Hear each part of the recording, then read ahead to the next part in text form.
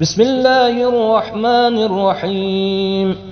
والذين يتوفون منكم ويذرون أزواجا يتربصن بأنفسهن 4 أشهر وعشرا، فإذا بلغن أجلهن فلا جناح عليكم فيما فعلنا في أنفسهن بالمعروف، والله بما تعملون خبير. ولا جناح عليكم فيما عرضتم به من خطبة النساء أو أكننتم في أنفسكم، علم الله أنكم ستذكرونهن ولكن لا تواعدوهن سرا إلا أن تقولوا قولا معروفا،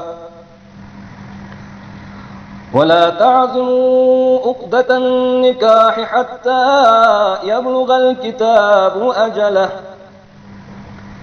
واعلموا أن الله يعلم ما في أنفسكم فاحذروه، واعلموا أن الله غفور حليم. لا جناح عليكم إن طلقتم النساء ما لم تمسوهن أو تفرضوا لهن فريضة، ومتعوهن على الموسع قدره وعلى المقتر قدره متاعا بالمعروف، حقا على المحسنين.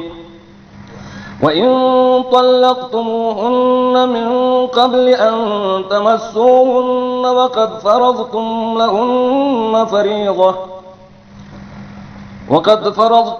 لهن فريضة فنصف ما فرضتم إلا أن يعفون أو يعفو الذي بيده عقدة النكاح، وأن تعفوا أقرب للتقوى، ولا تنسوا الفضل بينكم، إن الله بما تعملون بصير. صدق الله العلي العظيم.